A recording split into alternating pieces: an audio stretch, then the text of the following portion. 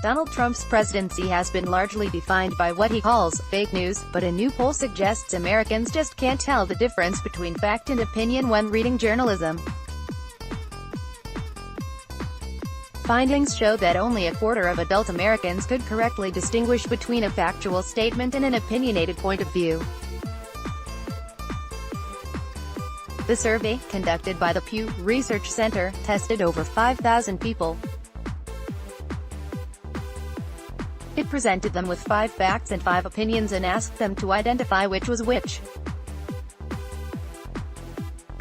Only 26% were able to correctly identify all 10 statements. Some people fared much better than others, including those with high political awareness or those who are good at navigating digital content.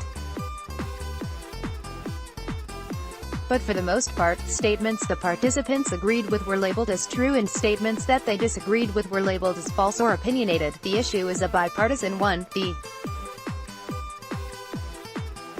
study found, as both Republicans and Democrats tended to be swayed by party politics and were more likely to believe something to be accurate if it lined up with their diplomatic ideology. For example, one statement told participants, immigrants who are in the U.S. illegally have some rights under the Constitution. 43% of identified Republicans called that statement factual, while 65% of Democrats responded that it was true. Another politically charged statement posed was, immigrants who are in the U.S. illegally are a very big problem for the country today. Only 19% of Democrats said that the statement was factual, while 50% of Republicans believed it to be correct.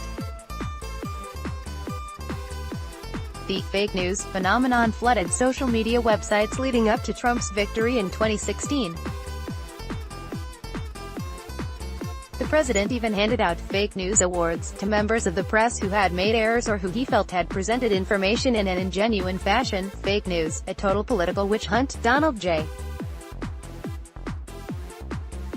Trump, at Real Donald Trump. January 11, 2017. Recently, Facebook and Google, along with other technology and social media companies, have been under fire for failing to tackle users who are posting misinformation online.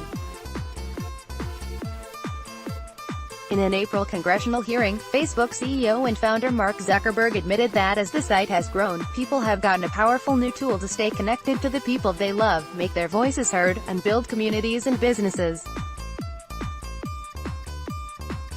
But it's clear now that we didn't do enough to prevent these tools from being used for harm as well. The survey authors contend that these findings demonstrate the need for the public to learn how to sort through news with a more critical lens, but also states that, at this point, the U.S.